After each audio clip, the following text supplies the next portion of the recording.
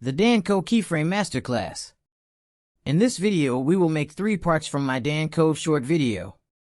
The first is the timeline animation part, in which my goal is to help you practice the basic movement methods presented in the previous course. That is, to move the various elements without losing quality. The second is the jumping animation part, with which we will also practice using the keyframe animation function presented at the end of the previous course.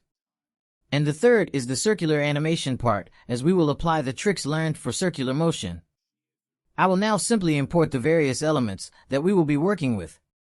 You can find them in the link in the description. But in the next school course, I will show in detail how to bring these forms and various elements to life using the best possible methods. The goal now is to learn the movements using keyframes. Let's get started. Import the various items that can be downloaded from the link. You can see that it contains several types of elements in several different ways. For example, you can find the circle shape completely full and empty, with light and without light, and many other elements in vertical and horizontal formats. What we need now is a simple vertical black background, a vertical line with a glowing effect, a circle with a glowing effect, and a light image in a vertical format. We will enter the numbers with plain text characters for the sake of simplicity, and of course, so that we don't lose quality when enlarged. Let's start a new project in CapCut and import the elements listed above. Drag the black vertical background onto the main layer so that CapCut will automatically recognize that we want a standing format video. If for some reason it still doesn't recognize it, you can change the screen ratio to 9:16 under the preview window.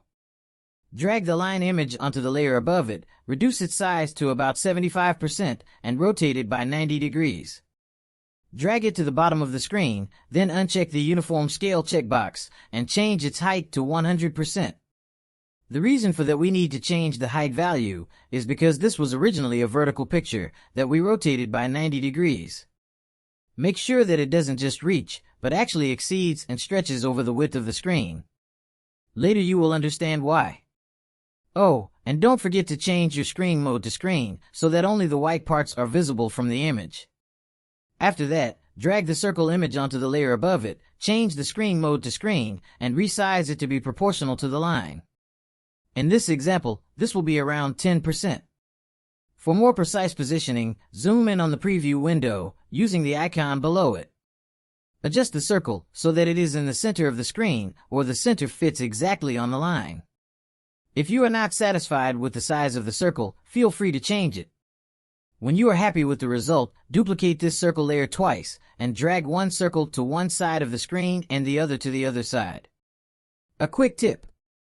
If you hold down the Shift key while dragging an element, that element will only move along one axis and the value of the other axis will remain unchanged. Sometimes it's hard to find the right spot, and it sometimes chooses the other direction we want. I usually do this by starting to drag the mouse very slowly in the right direction, and before CapCut starts to change the position of the image, I quickly press the Shift key and keep moving my mouse. Now that you know this trick as well, move both circles and check that the two circles are equal distant from the center on the x-axis. In other words, the two values must match, only one will be positive and the other will be a negative value. As we learned, you can precisely set the values with the up and down arrows next to the value edit box, or, if you want, you can also enter the values by hand if that's more convenient for you. When you're done with the positioning of the circles, drag the light image onto the next layer. In the preview window, reset the zoom to the original size. Select the screen option again, then turn off the uniform scale option and reduce the width and height so that only a thin light effect remains.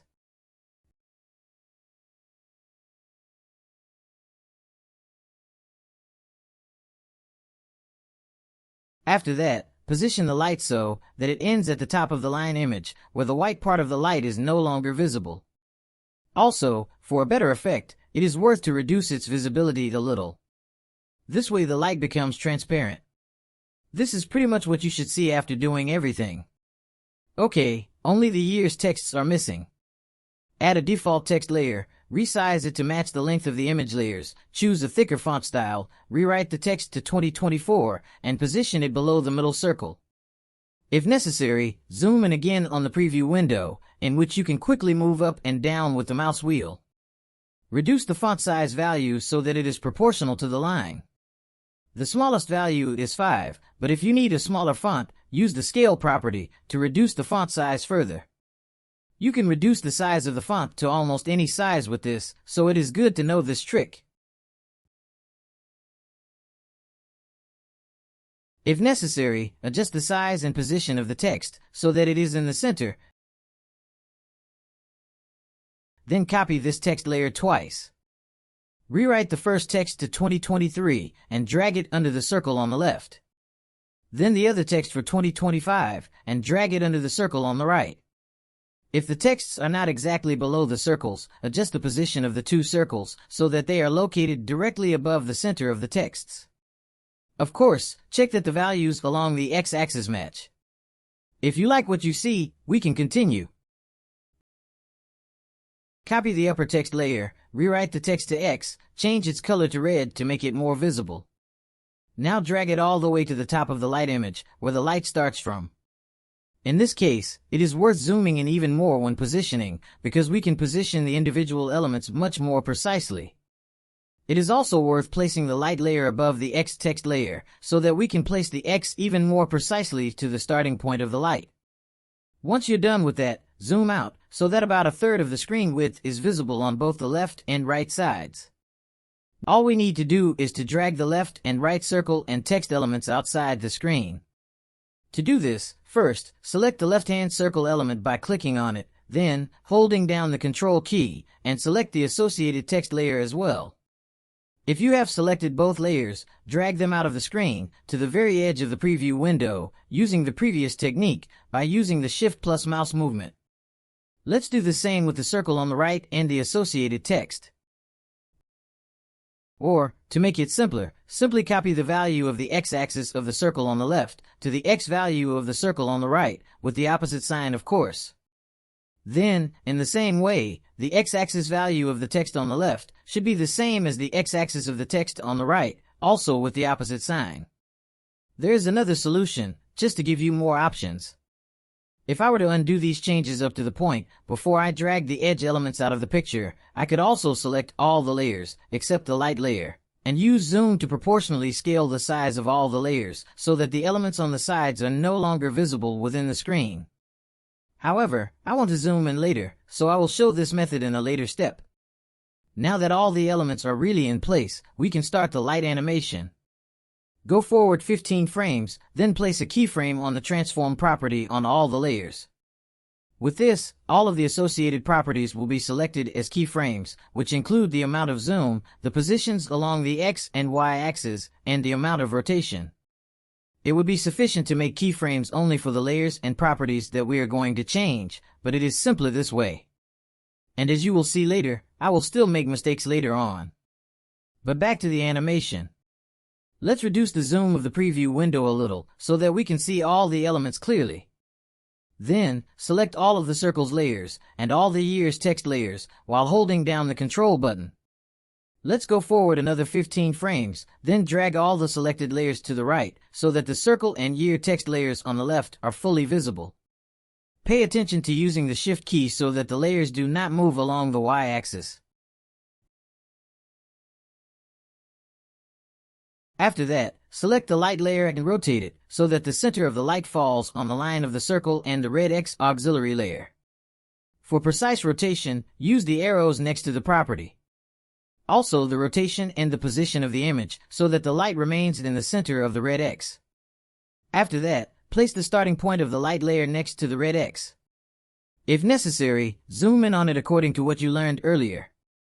If the length of the video layers is not long enough, simply select all the layers, then drag the mouse to the end, and when the icon changes, hold it down and start dragging to the right, thereby extending the length of all layers at once.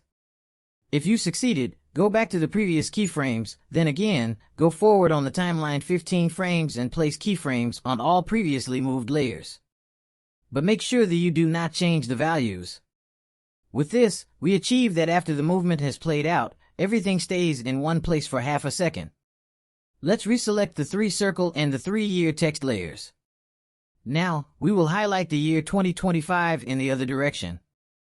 This is twice as far away from our current position than the center. That is, the motion should take twice as long. So move forward twice as much as before and drag the selected layers to the left so that the number 2025 is now visible on the right side of the preview window. Then, select the light layer and rotate it in the opposite direction so that it points to the text 2025. Also, make sure that the red X is its starting point. Or simply use what you've learned before and rewrite the rotation and X-axis values to the opposite sign.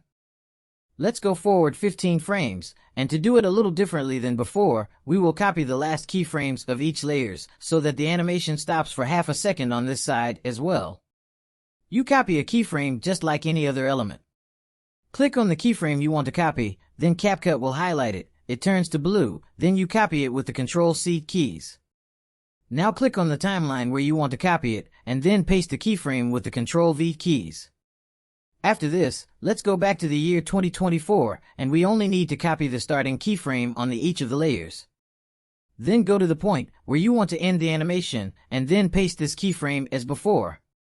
Repeat this keyframe copying step on all other layers. Of course, if you want, you can also do it with the previously shown moving method. If you want to be very precise, we could already use the keyframe animation setting and use the curve-shaped smoothing for the animation. But I will skip this for now, because I will show this in the next animation part. And anyway, there are quite a lot of layers here, which would take a lot of time away. But if you want, after I show you how to do it in the next animation, you can go back to this part of the video and set them up as practice. Let's see what we did. Oops, something is wrong with the year 2025 part. By pressing the left and right arrows, we can move forward and backward on the timeline, and in the meantime we can see the current state of the animation in the preview window. This is how we find the location of the error, and then check the keyframes. Here is the error. I accidentally missed the keyframes from the year texts at 3 seconds. I quickly copy the previous keyframe, and after a quick check, we can move on. And finally, one more animation, with which we zoom in on the 2024 text and fade the light layer. To fade it out, we could use the preset fade out animation, but for now, we'll skip that, because I want to show you how to do it manually. Before we start the zoom animation, select the light layer and place a keyframe on the opacity property. Now let's go another 15 frames on the timeline, select all the layers, except the black background layer, and grab the edge of the animation. Increase the size of all the layers, roughly to about twice the size as before. Make sure that the circle remains centered on the x-axis, and also roughly at the same place on the y-axis as it was originally. If you manage to follow what I did up until now, then all you have to do is to select the light layer and reduce the opacity value to 0. That's it, we're done with the first animation. Which turned out to be something like this. Something's wrong again.